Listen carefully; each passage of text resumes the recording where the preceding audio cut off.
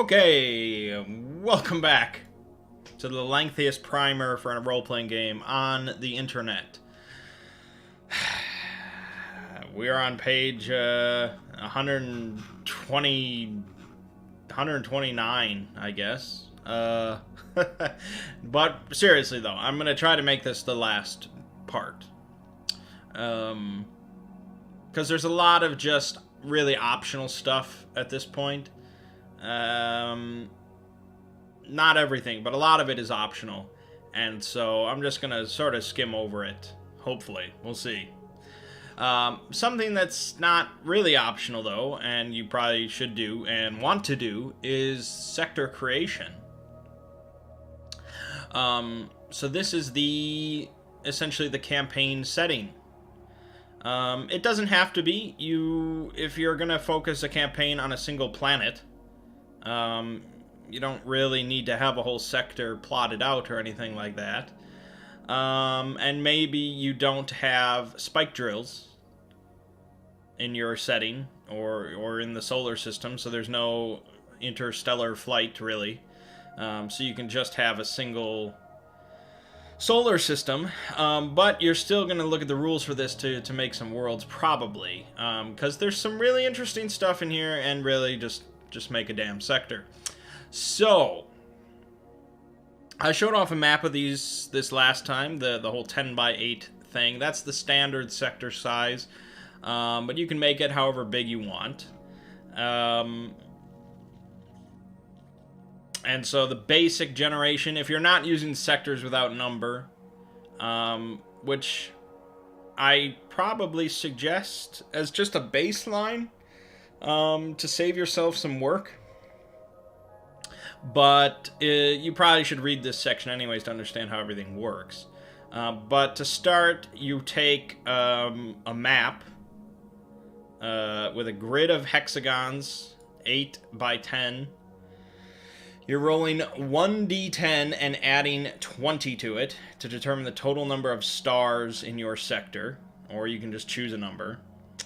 And then it says for the first 20 or so stars, roll 1d8 and 1d10, and that's where it's going to be located in your sector. So that is the row and column number.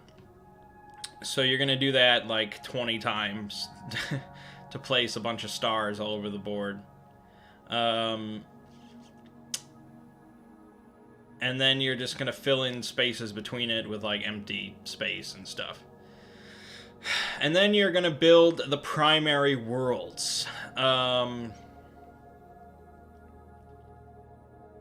So these are the main worlds that are around all the stars. You don't have to do all of these right off the bat, and again, this is where a sector without number really makes things easy because it just does all of this for you, and most of this is just random rolling, so it's not like you really need a whole lot of input. You can handpick all of this stuff if you have ideas in mind, but it's really entertaining to see the random combinations that pop up. So a planet consists of, generally, 2 tags, which we'll talk about. It consists of an atmosphere, or lack thereof, temperature, a biosphere, the population level, and the tech level. All of those things make up the identity of a planet. So we'll go down the list, starting with tags. So you can come up with your own, of course. But this will do you for probably quite a few campaigns. This is a D100 list of different world tags. So, when you make a planet, you just roll D100 twice. You get 2 tags. You can have a planet with 1 tag, but it's kind of boring. You can do more than 2 tags, but then it gets ridiculous. So 2 is the recommended number. And so you get these 2 tags, and there's a description for each tag. So a planet might contain alien ruins, or it might be It might have bubble cities on it in giant domes. It might be stricken with civil war. It might have cyborgs on it. Or it could be a doomed world, whether they know it or not, or a desert world.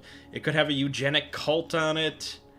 Feral world, flying cities, gold rush. It's a hated world for some reason. They have a hive mind, a holy war, a major space yard. That's a big deal. Man-eaters, they're cannibals on the planet. That's nice. Where's the funny one? The one that just makes everything funnier. Pleasure world. Yeah, it's a pleasure world. So that doesn't have to be sex, really. It's just any sort of carnal pleasure. Or even like local beauty. People just have pleasure on that planet. So each of these tags has the description, and then they list these EFCTPs. That is enemies, friends, complications, things, and places associated with that tag. So these are things just to kickstart your brain in order to give the GM ideas for things that might occur on the planet. So for the pleasure world, that's our go-to example now. Enemies on a pleasure world, in relation to the players, of course. Purveyor of evil delights, a local seeking to control others with addictions, or an off-worlder exploiter of native resources. Friends to the players could include a tourist who's in too deep, a native seeking a more meaningful life elsewhere, or off-world entertainer looking for training here. Complications could include a deeply repugnant pleasure, offered here by a culture that sees nothing wrong with it. Certain pleasures here are dangerously addictive. The prices here can involve enslavement or death, or the world has been seized and exploited by an imperial power. Those could all provide some adventure hooks, potentially. Things. A forbidden drug on the planet could be a thing. A contract for some unspeakable payment. Powerful tech repurposed for hedonistic needs. Again, adventure kickstarters. And places. Breathtaking natural feature. Artful but decadent salon. Grimy den of desperate vice. So, places where adventures might take place, perhaps. Again, this is all just kickstarting a GM's brain for adventure ideas and hooks, and moving a campaign along and making things very interesting. So, you have a pleasure world, of course. But the thing is, and what makes it really interesting, is the combination of two tags. So, because it's random, you're not really sure what you're going to get, but you can make anything work. And I've looked up, like, people have had discussions about how to make some crazy combinations work. And yeah, if you use your imagination, anything can combine and make sense in some way. An example somebody gave was their GM rolled up Pleasure World and zombies. And surprisingly, they didn't go for the immediate, easy way out of just having zombie sex slaves, which is what most people would assume. They had it where, like, there was a contagion on the planet that no one knew about, that was fueled by some sort of hedonistic thing that caused people to become zombies, or something like that. But you could have easily had zombie sex slaves on your pleasure world. And so, yeah, you can... There's a crazy amount of possibilities here. And even right there, just taking Pleasure World and zombies, you can figure multiple different planets that both have Pleasure World and zombies, but are massively different. Especially when you take in mind the other factors that make up a planet, which is the atmosphere, the temperature, the population level, the tech level. A tech level 1 planet is very different most of the time than a tech level 4 planet. And so you're considering that when you're looking at the tags and how they work together, and it just paints a picture in your mind of this weird planet. All of these are going to be pretty different than what we're used to, so it's all just interesting. You got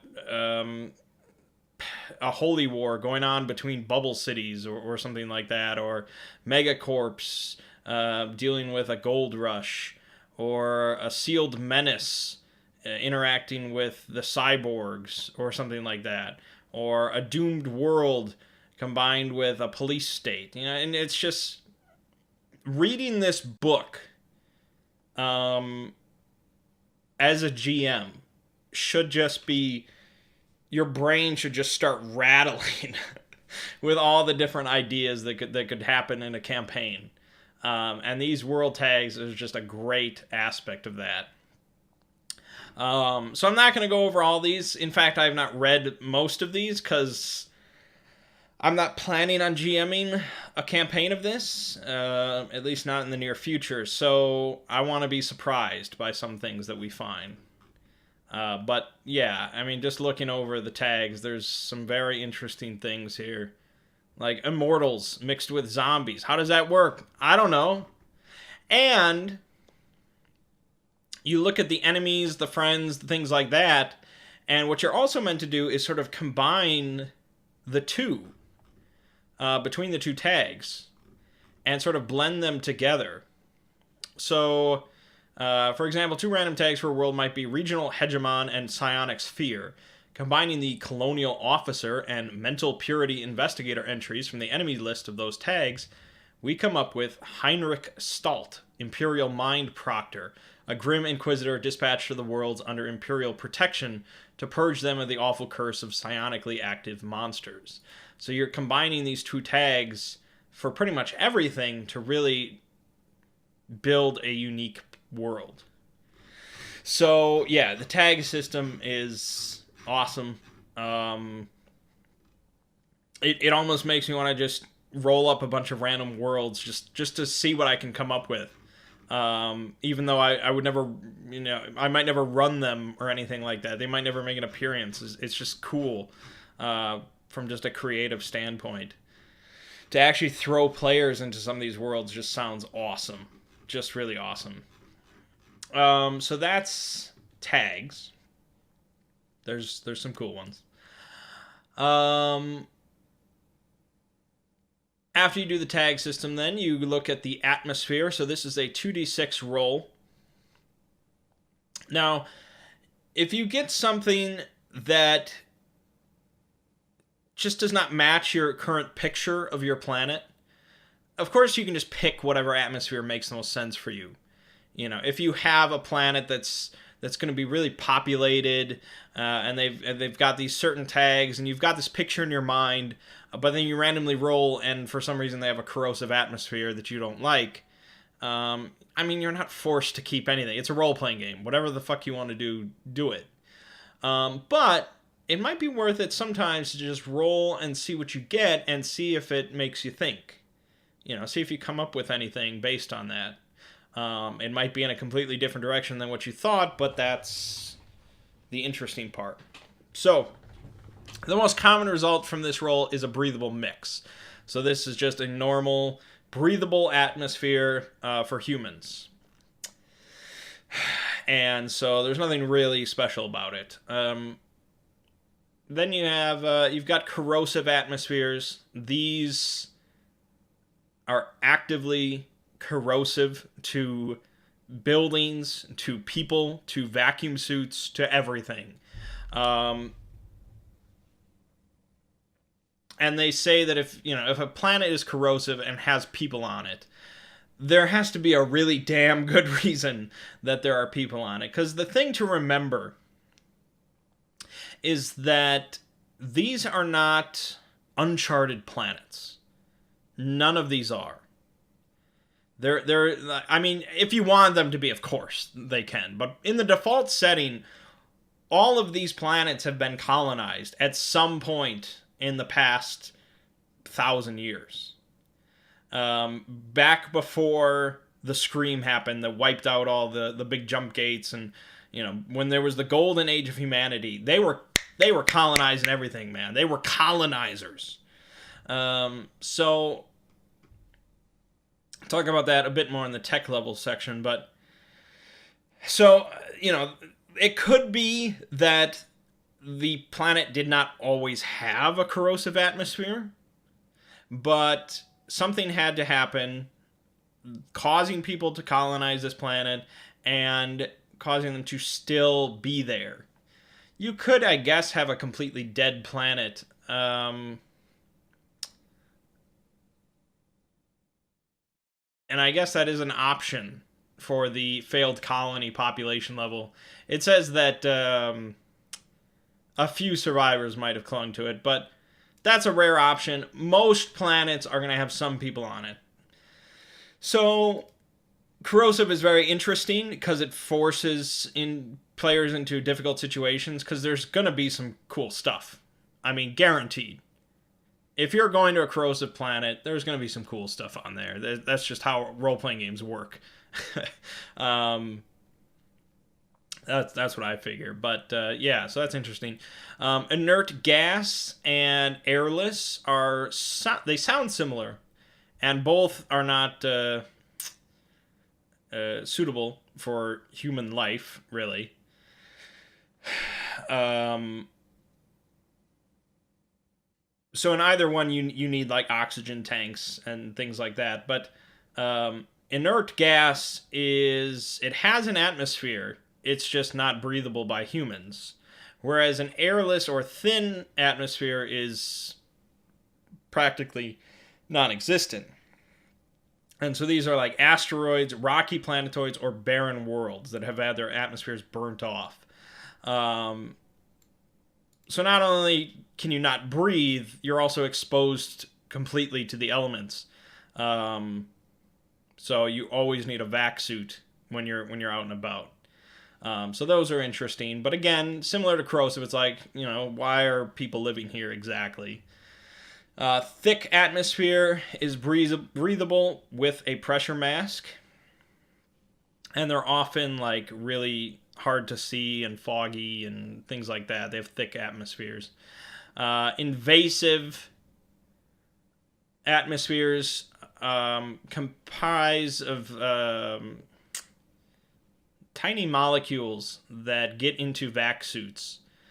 And so they basically cut your oxygen supply in half at best whenever you're outside. So it's a lot like corrosive, where it really forces players to move quickly. And there's a lot of hazards in going outside.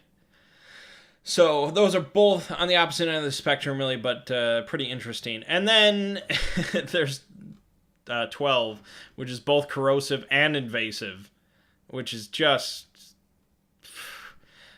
Whatever provoked the initial inhabitants to settle on this world must have been of overwhelming value or necessity to convince them to consign themselves and their children to such a place. It is highly unlikely that enough ship traffic exists to get any but the most fortunate locals off-world, so the rest are obliged to deal with their harsh existence as best they can. Right. Okay. Again, a lot of this sort of connects to tech level, which is the last thing, but moving on. Temperature. I don't really have to go over these in detail because it's all pretty self-explanatory. What happened to my music? Oh, I see. Oh, okay. Never mind.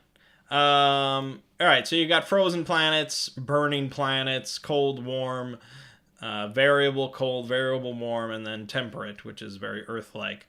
So the variable ones have a greater distribution of climates. And so you could have really cold places, really hot places, and variable temperature worlds tend to have savage weather. The mixing of hot and cold air can send ferocious cyclones and raging hurricanes across the surface of the world, some large enough to consume most of a hemisphere. So that's fun. That's something to think about. And it talks about adventuring on a burning or frozen planet and dealing with climate. Biosphere. So this is, the flora and fauna and things like that. So, remnant biosphere, the wreckage of a ruined ecology, petrified trees, drifts of preserved bones, forests of dead plant life. Something killed all the life on this planet in the relatively recent past. Planet buster weapon, a mutant microbe, or some volcanic eruption or asteroid impact. So, it's essentially a dead planet, which is fun. Microbial life forms exist. This is just one step above. So there's no animals running around or anything like that. There's just microbes. And those can be pretty dangerous. Potentially. Space plagues. Space plagues! Think about that. No native biosphere.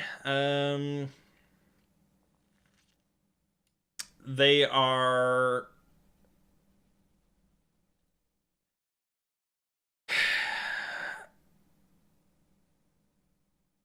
they are potentially capable of supporting life, but there's nothing there. So they are potentially really valuable planets for colonization, but they can also be disasters waiting to happen. Anyways, human miscible biosphere, that's pretty much what you'd expect. That's the most common option, really.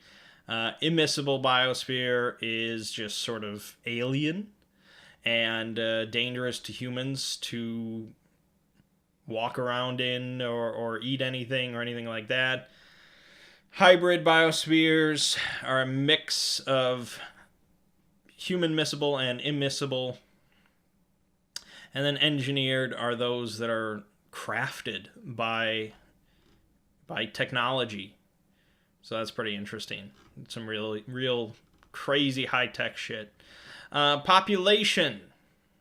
This is, again, pretty self-explanatory. Failed colonies are either completely dead or practically completely dead. Outposts comprise a few hundred or a few thousand colonists. So these are not big shipyards and cities and things like that. These are uncommon options, but they're out there. Then you have fewer than 1 million inhabitants, several million inhabitants, hundreds of millions of inhabitants. The most common then is going to be several million inhabitants. And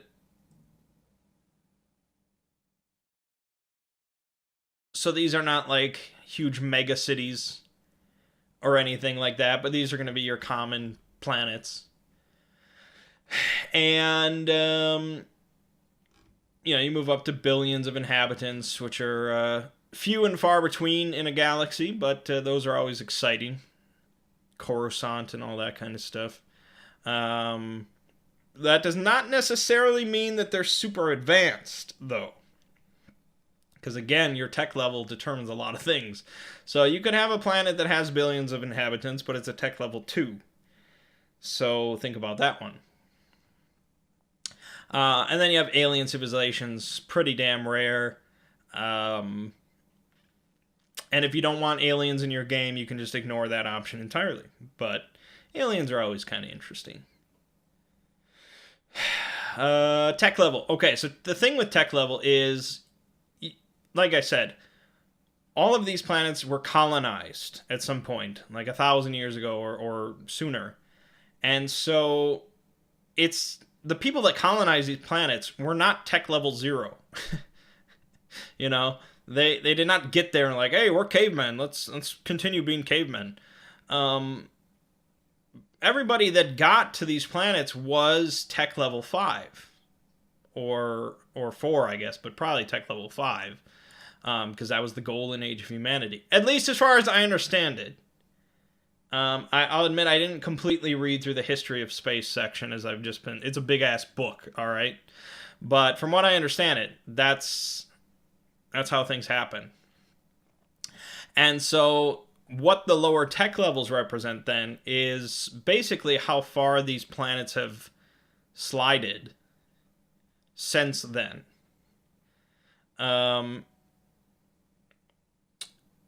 And the scream was a big aspect of that, because you might have a planet that was really advanced. You know, they had all this advanced technology and blah blah blah, but resources, they depended on resources from another planet or something like that, like to build all this stuff.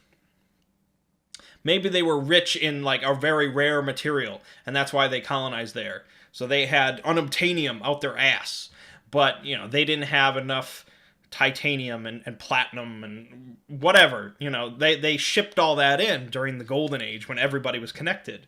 But then the scream happened, and everybody got separated and isolated. And so now you have a planet that's super advanced.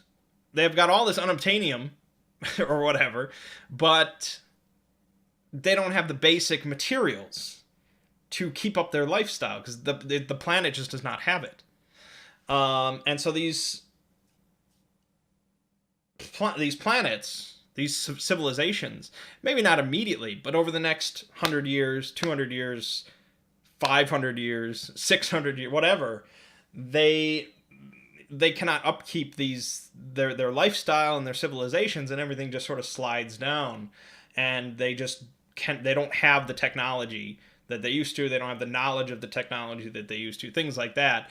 And they essentially just are restricted, not based on their understanding, perhaps, of technology and interstellar flight and all that. And, you know, the information might be passed down just in case something happens, but they just do not have resources. So something like that, it could very easily be tech level 0.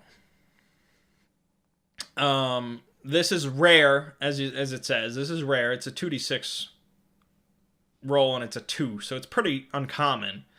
But these are out there. Tech level 0 is out there, and you could play it, you know, in your campaign as this is an untouched world of cavemen, and they will marvel at your space flight, at your engines of God. But more than likely, you know, they probably know about your shit, and they are hoping that, you know, some trading perhaps can occur, and maybe they can build back up. And that's a possibility. Or you could nuke them and just wipe them out. So that's nice. So yeah, that pretty much goes for a lot of these tech levels. Tech levels 0, 1, 2, 3. It varies. You know, they don't all have to be, oh, here is the knowledge of spaceflight. We have passed it down through the generations. There certainly could be planets that have just been torn apart through other means. You know, maybe volcanic eruption, you know, looking at the biosphere, atmosphere, temperature, things like that could have ripped apart a planet as well. And so there are people on there, but maybe they don't know about spaceflight. That information was lost to them. So it could be for that generation, suddenly this is, holy shit, there's other planets, there's other people out there, holy shit. So there's a lot of variation available to you. And all of these things, the tags, atmosphere, temperature, biosphere, population, tech level, it all combines to make a unique planet. The baseline, of course, you can see the most common option is tech level 4. So this is your baseline of tech for a modern world. But you're going to have tech level 2 planets in there. You're going to have tech level 3 planets in there. You're going to have some super advanced planets in there. Or not super advanced, but more advanced than the baseline. So, yeah, it's pretty interesting. Then after that, you can add in other worlds that are not the primary world. So these would be, you know, we have our Earth in our system, but there might be the Mars and the Venuses, you know, other planets that might not necessarily have people on them at all, or they might just have outposts on them, things like that, where you don't really have to go into full detail as much. And so you can roll on this little table here to see the origin of the world. So it could be a an ancient colony or a recent colony from the primary world in the system, or a recent colony from somewhere else, and the relationship between that planet and the primary world, things like that. You can just make up you can just throw a couple other planets in there if you want. Then you have the points of interest in the region. Talked about these before. These are your refueling stations, moon bases, asteroid bases, research bases, asteroid belts. And you get this nice table to roll to decide who occupies this point of interest, whether it's grizzled belter mine laborers on an asteroid belt, or a military listening post on a moon base. And of course, for every single one, there's a situation. Because if your players decide to go to a research base for some reason, there has to be a reason. There has to be something for them to do there. There has to be an adventure of some kind. This is how role-playing games work. The players are the center of attention. That's how it is. So, plenty of ideas. Like I said, the whole book is just, here, have some more ideas. Okay, so then there's the whole chapter on adventure creation, creating problems. This book is filled with random tables for all sorts of things. So random tables for problems and people and places. And then there's a 100 list of adventure seeds that he's written up here. So you can just roll randomly or pick some of these and just, here's our adventure. If the players aren't actively pursuing something or something like that, you need to just throw an adventure into the mix. There's plenty of options here. A microscopic black hole punctures an orbital station or starship above the world. Its interaction with the station's artificial grav generators has thrown everything out of whack, and the station's become a minefield of dangerously high or zero grav zones.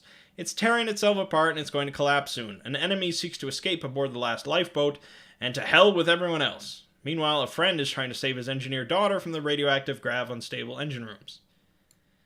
Yeah, that can take up a session. Sure enough. So these are pretty awesome. I have not read most of these. And then there's a big page about a GM coming up with an adventure for a session. I believe it's a starting session. Yeah, it's a first session, which is, you're almost always going to want to have an adventure ready for the first session. So it's a good one to read. And you got good artwork in this book too. Look at that. Sweet. Okay, moving on. The Xenobestiary. Of course, every role-playing game needs a bestiary section. This section, a lot like the bestiary in Godbound, is very generic, which is good. Modern role-playing games often go the generic route for bestiary because it allows for greater flexibility on the GM's part, and it encourages sort of creative thinking. It's not like the D&D bestiaries of old, which are great. I mean, don't get me wrong. I loved leafing through D&D bestiaries. Just fantastic. With all the artwork for the different monsters. It's great. It's very classic. But it's also not necessary.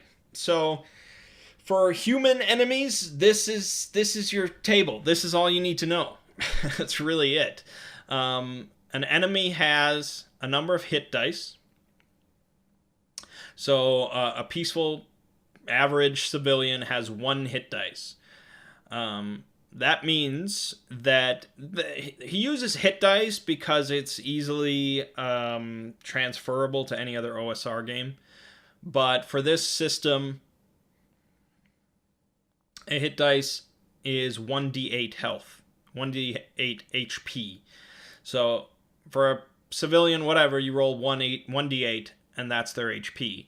For a heroic fighter, you'd roll 6d8, and that's their HP.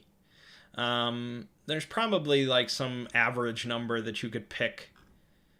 You could just take that number and multiply it by 5 or something, and that's their HP, if you don't want to roll for everybody. So yeah, 1d8. That means that technically they get a better roll than level 1 player characters, which is kind of funny. But they don't get con mods. Maybe they do. Usually you don't. Yeah, usually you don't care about coming up with stats like that for enemies and NPCs, unless it's like a really important person that's going to pop up all the time. Maybe you'll stat them out a little bit more. But yeah, it's just 1d8 per HD. Then they have an AC, of course. This is based on their armor primarily. So most humans just walking around are not armored at all, so it's a 10 AC. A veteran fighter, like a police officer, your standard police officer will have some armor at all times, so they'll have a 14 AC. The elite guys, the SWAT officers, things like that, they'll have 16 AC. They'll be wearing, hard combat armor. And then past that, you're dealing with like boss characters pretty much. You're looking at pirate kings with an 18. This is like powered armor. Legendary fighters, warrior tyrants. These guys are wearing power armor of some type, and these are your big bad enemies, not to be taken lightly. The attack bonus for all their attacks, it's pretty linear. For the most basic civilian, it's just +0. There our music kicked back in. And it goes all the way up to the most badass dudes have like a +8, +9, +10, or a legendary fighter has a +12 times 2. That means that they get to make 2 attacks per round at +12 each. Yeah, don't fuck around with a legendary fighter. This guy will take out anybody. Especially with 10 D8 HP and 20 AC. It's just absurd. And damage. A lot of this is by weapon, so it depends on what weapon you give them, and you can just easily look at the weapon chart to decide. But, yeah, some of them have bonuses to their weapon damage. +1, +2, or if you're a legendary fighter, +4. Standard movement rate for most humans is 10, although the G-engineered, I don't know what that is. I don't know, what is this word? Gengineered. They get a 15 movement rate because they're, genetically engineered, I guess. Every enemy has a morale score. So this is their likelihood of retreating. During a combat, the GM will make a morale roll for a group of enemies when the first one of them dies and when half of their number dies. And so you roll 2d6, you check it against their morale number, which, for an average guy is pretty low. For some of them, legendary fighter, he's not running from anything. And if they fail, their morale breaks. So they either run or they'll beg for their lives or things like that. There's probably something about a lone... Maybe not. Oh, the first time it looks like they're losing a fight. So, the first time one of them dies, and the first time it looks like they're losing the fight. So, for a single enemy, legendary fighter, I mean, you can roll. I guess it is... Yeah, if you roll equal. Oh, no. So, yeah, legendary fighter will never break. But the warrior tyrant could break on a 12. So, it is possible. Anyways. Then you have their skills. So, this is not in everything. A barbarian hero does not have +3 to every skill. You just have to think about the character, the NPC, and what they would be good at. If it's a pilot NPC, they'd have +3 to their pilot skill. If it's a medic NPC, they'll have +3 to their heal skill or whatever. So whatever they would be mostly good at, that's what they get the skill bonus in. That's about it. And then they have their saves, which are same as player character saves. Okay. So then you have robots, pretty much the same thing. Most of these are not like combatants. Most of these are just like work robots. But there are soldier bots and heavy war bots. Soldier bot carries a weapon. Everything else has a pre-selected Damage number. Nothing else to really say. I like that there's a cost listed, so players could buy these, I guess. Why not? Why not have a couple heavy warbots to go into battle with you? That's badass. I mean, they got 6 hit dice, 18 AC. Hell yeah. I would buy some and send them in. And there's a section here about robots in your campaign. Beasts are even more generic. You have just like a small pack hunter, a large aggressive prey animal, a greater lone predator, genetically engineered murder beast. So you can use these templates to just build a completely alien creature. And this styling the beast section allows you to do all these random rolls to just sort of decide how alien something is and what it looks like and how it acts, if it spits poison or something like that. Or you can just use these for like a lion, you know, which would be like I don't know, a greater lone predator, I guess, or maybe it's a pack hunter. Are lions pack hunter? I don't think so. Maybe. I don't know anything about animals. Anyways, aliens. Yeah, you can have aliens in your game. And there's just... This guy just writes too much, man. Just too much. So, it talks about social structures and like their desires and what they focus on. And you can have alien player characters if you want, where they don't get a focus when they make the character at level 1. Instead, they have to pick one of these alien traits as their focus. Actually, they get a couple of them, and that sort of defines their alien race. So some of them might have an aptitude for violence or have an unusual movement mode and stuff like that.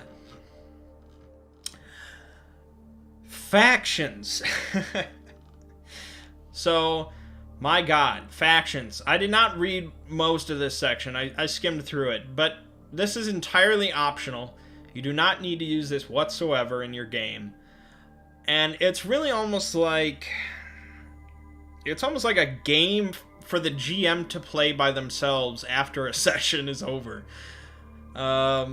Because you'll have, like, faction actions and faction turns, and then factions will have their own goals, and they gain XP for completing their goals, and you keep track of, like, their assets and stuff. I'm jumping ahead. So a faction is any sort of group or organization in the galaxy. Every government, business, religion, or club could be considered a faction, as long as they are like a group of some kind. So this could be, you know, a tribe on a planet of like barbarians. That could be a faction, or it could be the Alliance, you know, or the Empire. That could be a big faction. Anything like that, any group or organization could be a faction, and you could stat out all of them and just do a crazy amount of work.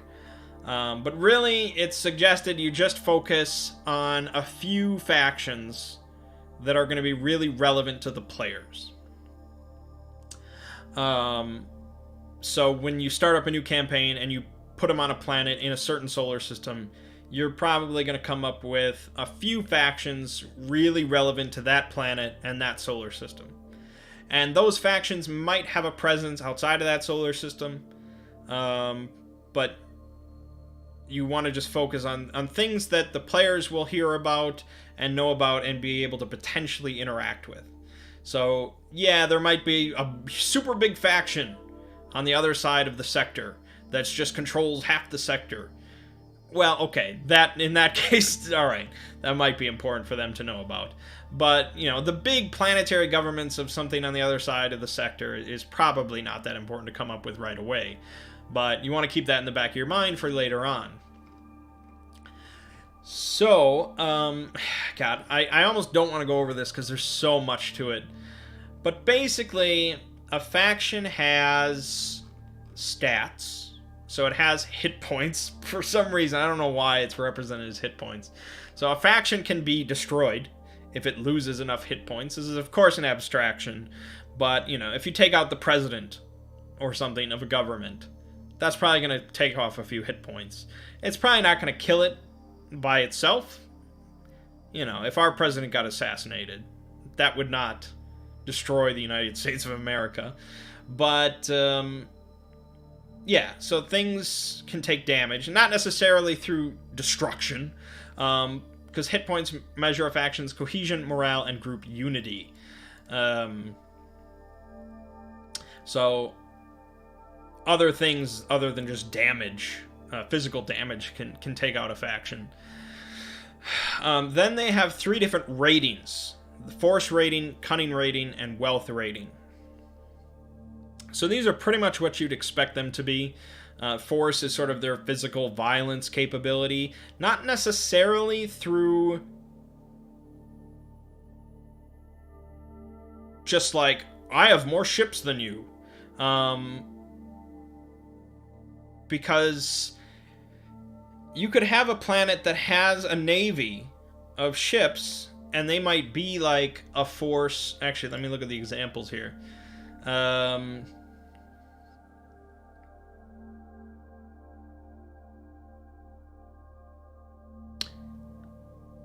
Like here, backwater planet. So this world was important once, but disaster, ennui, or the screams left it a sleepy planet disinterested in the wider galaxy. And yet, they have Force 6, which is pretty good. Whereas the rebel freedom fighters, you know, the rebels, they only have Force 3. Although they might have more X-Wings or something like that, it's sort of their capability of delivering force and understanding how military actions work and things like that. It's again, all of these things are big abstractions, but it's a little bit difficult to wrap your head around. But it says a high force rating doesn't necessarily mean that the faction has much in the way of standing army, but it does mean that the faction can think clearly about the use of force and is accustomed to military reasoning. So yeah. This could be terrorist groups, mercenary bands, and other organizations that rely on brute violence tend to have high force ratings, along with most governments. Cunning rating is espionage, infiltration, internal security, and covert manipulations. So, yeah, your spies, other, terrorist groups, certain religious groups, the Illuminati. These all have high cunning ratings. Wealth is a faction's commercial, scientific, and industrial resources. So yeah, income, investments, manufacturing facilities, laboratories, these all contribute to a wealth rating. So a merchant empire obviously will have a very high wealth rating. But even the eugenics cult has a wealth rating of 5.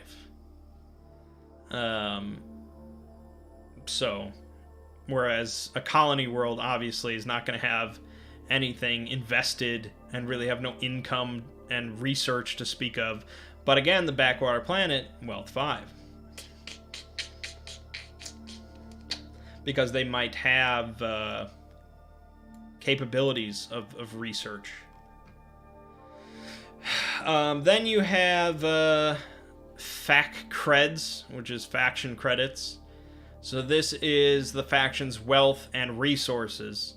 So these are things that they can actually utilize on construction and on logistics and things like that. And their resources as far as labor and all that kind of stuff. So a faction on a primitive world may not have a single credit to its name, but its command of a legion of laborers and the food supplies necessary to feed them are a vast store of fac creds, all the same. There's a lot of abstractions to wrap your head around here, but it's an interesting system. And so factions have assets. So there are force assets, wealth assets, faction or cunning assets. So a force asset, of course, could be like a capital fleet, planetary defense, your big ships and militaries and all that. But it might also just be hitmen or a guerrilla populace. The locals are really are willing to form a militia to defend the faction and things like that. Elite skirmishers and an extended theater. These could all represent assets for force. Cunning assets, of course, are your spies, blackmailers, cyber ninjas, demagogues, anything to sort of manipulate, infiltrate, and spy. Wealth assets are anything, laboratories, lawyers, mercenaries, medical centers, R&D departments, so on and so forth. And so they use these assets to play the faction game. So basically every faction turn, and a faction turn occurs at the end of a session or at the end of every month. So it depends on how the campaign is going, because you might cover many months in a single session. So you're going to do some faction actions. And so during a faction turn, each faction gets to do an action of their choice. And so they can only do one, but they can do it with like all of their potential assets that could do it. So attacking, it's not just attacking a single location. You can attack many different locations, but you can only do the one action. So you can only do an attack action, not an attack and a buy. It's very board game-esque, and it's almost not relevant to anything the players are doing most of the time. Because you've got these factions dueling it out and purchasing assets. You can sell assets. Maybe they're seizing planets that the players aren't on. They're expanding their influence and all this kind of stuff. They're losing assets to other factions. All sorts of stuff. But the thing is, this can involve the players. Because, for one, pretty much all of these events that are occurring, the players are going to hear about in some way, most of the time. At the end of a faction turn, the GM will sort of inform the players of major things that have occurred with the factions. Whether it's through like just a news broadcast or something like that. Players are going to sort of hear about these faction things happening, and they may want to get involved. And so players themselves could become assets for a faction, potentially. You look at like a force asset of like hitmen. It's possible the crew of the players could become hitmen for a faction, or they could become mercenaries, or they could become cyber ninjas. Okay, maybe not. Saboteurs or seditionists, things like that. They could become these for the factions. Or faction actions could affect situations that the players are involved in, or players could form a faction themselves. This would probably be further down the line of a campaign, but it says that it's actually likely that players are eventually going to form their own faction if they play long enough, to get on a larger scale of action. And so then players get to access all of these different assets and goals and things like that and get involved on this larger scale. And in fact, I read about one guy that ran an entire campaign where the players just each controlled a faction, and they just used these rules to just sort of run a large-scale game of stellar conflict. That might be going a bit too far, but you can do that, and it's pretty interesting. I don't want to go over any more detail. If you're interested in factions, definitely read the whole section. But it's just another thing like, holy shit, this game doesn't even need this. And yet here it is. So it's pretty crazy. And there's a whole lengthy 2 pages, very dense, where it goes over a few faction turns. So you can sort of wrap your head around it. It's pretty interesting stuff. So then there's some assistance for game masters with stuff like character death. Some people don't like lethal campaigns like that. Skill checks, basically, don't overdo skill checks. That is a problem for some new GMs that are just like, everything is a skill check. Yeah, try and keep failing. Please fail. I love when you fail. And it's just like, let people be good at what their characters are good at. Don't have more rolls than necessary. That's just basic, common, good rules for every role-playing game. Combat is lethal, so watch out. Yeah. It talks about interstellar trade, which is interesting. A little dry, perhaps, for most campaigns, but some players might want to do just some interstellar trading. The thing is, there's no such thing as interstellar bulk shipping in Stars Without Number, because spike drives apparently really limit things. And so it says a modern oil tanker has a capacity of around 500,000 tons, but the largest spike drive ships only measure in the tens of thousands of tons. So yeah, you're not moving just massive amounts of cargo. It's generally for high value goods and things like that. Yeah. And then there's some house rules if you don't like some of these things. So you can take out shock damage from melee weapons. You don't have to use command points if you don't want to in ship combat. You can use a grid, or add universal psionics for everybody, things like that. Then there's a bunch of generators. These are really cool. These are name generators for different civilizations. So like Arabic names, Chinese names, Greek names, all sorts of good stuff here for coming up with different names on the fly. And then there's one roll NPCs. This is a really cool page. You take a D4, a D6, a D8, a D10, a D12, and a D20. You roll them all at once, you line it up, and that's your NPC.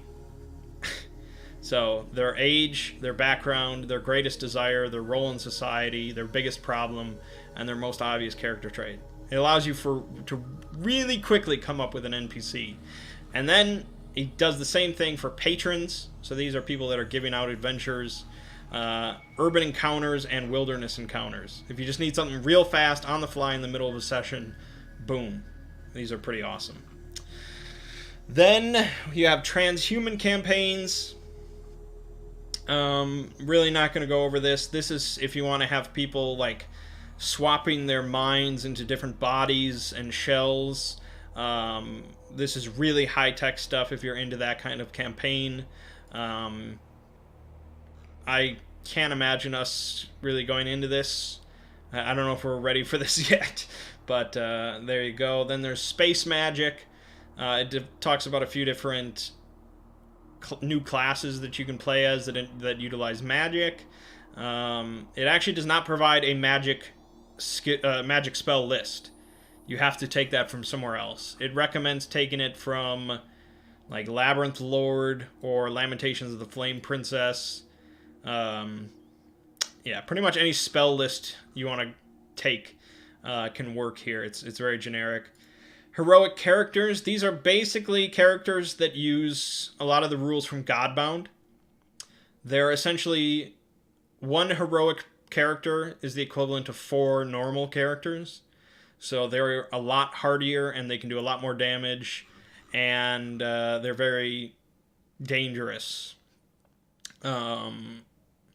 So this is if you do not, this is if you want really just special player characters that are very easily gonna take charge of any situation. They're not as frail as everybody else. They are very special. I don't really care for that too much, but it might be some people's thing. true artificial intelligences. It goes over just so much backstory and stuff about this. Oh my god, this guy's like the Brandon Sanderson of role-playing game writers.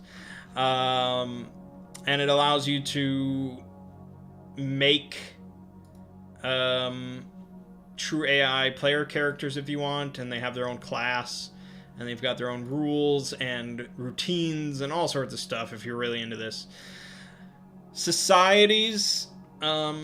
So this is sort of an addition to building planets. You can also build up the the society and their culture and stuff. So there's more of these tables for their origin, how the society started, the rulers of a society and how they treat their people, and then the ruled class and how they feel about their rulers and things like that. And then some extra flavors. You can roll this D12 chart to decide, are they sort of Japanese-based? Because again, remember, it was like Earth that colonized every galaxy. So, most of these planets are going to have this sort of ancient basis on something very familiar to us. Western European, North African, Latin American, whatever. So that's sort of interesting. It's not like you're going to drop down into Tokyo or something on a planet, because this is thousands of years ago. It's not especially relevant anymore, but there's a basis there. Often in names especially. So that's where you go to that name chart. And sort of the flavor of a society, their special customs and virtues and how they treat outsiders. These are not necessary at all, because a lot of this you might just be able to come up with based on the planet itself, but if you're looking for some ideas, there you go. Finally, last chapter of the book, page 300, we have mechs. So this I would very much put in many campaigns just because they're so badass. Maybe they make people overpowered, because they are pretty powerful. But come on, it's mechs. How can you not have it in a science fiction game? So there's basically 3 different classes of mechs. There's a suit, which is basically just an exoskeleton. It just makes you... They're like, I think it was said they were like...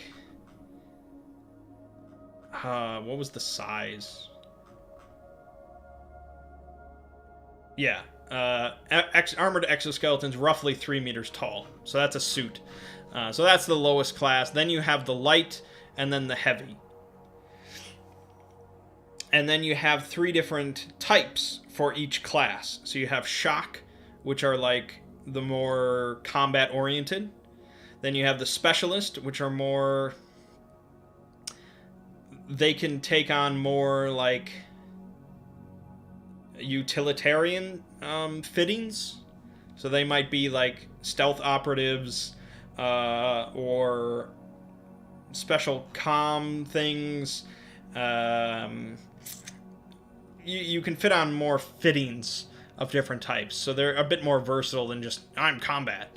And then you have psionic suits, or psi-mechs, I think they're called, which are really only utilized by psionics because they sort of interface with the psion.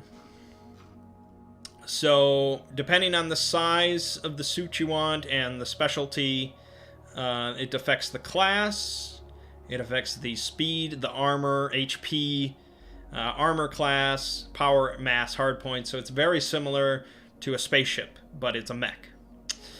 And so you've got this whole list of fittings. If I had more time and I really wanted to stretch things out, I'd go over all of these.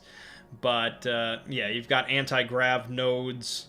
You've got construction arrays, comm interceptors, escape pods, field medical units. You could be a mech, grav chutes, jump coils, panoptic clouds, all sorts of cool shit here. Skywatch drones, void thrusters. I mean, come on. You can fly in your mech. Oh. Yeah, then you have the mech defenses. There's, again, a lot like ships. You know, bonuses to AC, more armor, reduces armor piercing, adds hit points. Yeah, nothing too crazy there. Weaponry, of course, there's going to be some more. I mean, when you've got a weapon called the Finger of God, I mean, forget about it. Forget about it. Look at this. A Psi-Tech weapon that can be mounted only on Psi-Mechs and used by a psionically active pilot. The Finger of God is a brutal weapon that operates soundlessly and without visible emissions. The psychic piloting the mech selects the target and channels a massive surge of meta-dimensional energy through it. The blast ignores all conventional armor and can be expected to suddenly reduce anything smaller than a heavy mech into a smoking heap of scrap. Yeah. Yeah, that's pretty cool. It completely ignores armor, unless you have something very special, and it does 4d12 damage. Yeah, you're fucking murdering stuff with that. That's amazing. But you've got lasers and launchers and heavy machine guns, rail cannons, mind burners, razor cloud. I mean, you're shooting a razor cloud at people. Any target within 30 meters is automatically hit. Amazing. It's amazing. So, obviously a lot of these are not usable on a suit. You know, they're really only for light or heavy. But, still. Mechs are badass. And so they give some sample designs if you don't want to take too long coming up with stuff. You can see the price for suits are pretty reasonable. Here's a basic Achilles shock suit. So this would make you pretty capable in combat against like normal infantry. It's 178,000, which, yeah, I mean that's not nothing. But hey, a free merchant costs 500,000, and this is fully loaded. So hey. Yeah, mechs are badass. Put them in your campaign. If I was playing in a campaign with you and you didn't have mechs, I would be very disappointed. They're really not that rules heavy. There's not a lot to them, so there's no reason not to have mechs. Maybe. I mean, I haven't played with them, so maybe they really just break the game, but I kind of doubt it. There was an interesting thing. Let me see, last thing here. I think it was under rewards. Okay, here we go. Rewarding credits for an adventure. The first thing to understand about the credit economy in your campaign is that too much money is not a significant problem to have. Unlike many types of games, there's really nothing the PCs can do with large amounts of money that will allow them to drastically improve their own personal power. They can hire minions, they can buy starships, they can get cyberware, and they can use their wealth as a bludgeon of influence. But at the end of the day, they still basically have the same character sheet as before.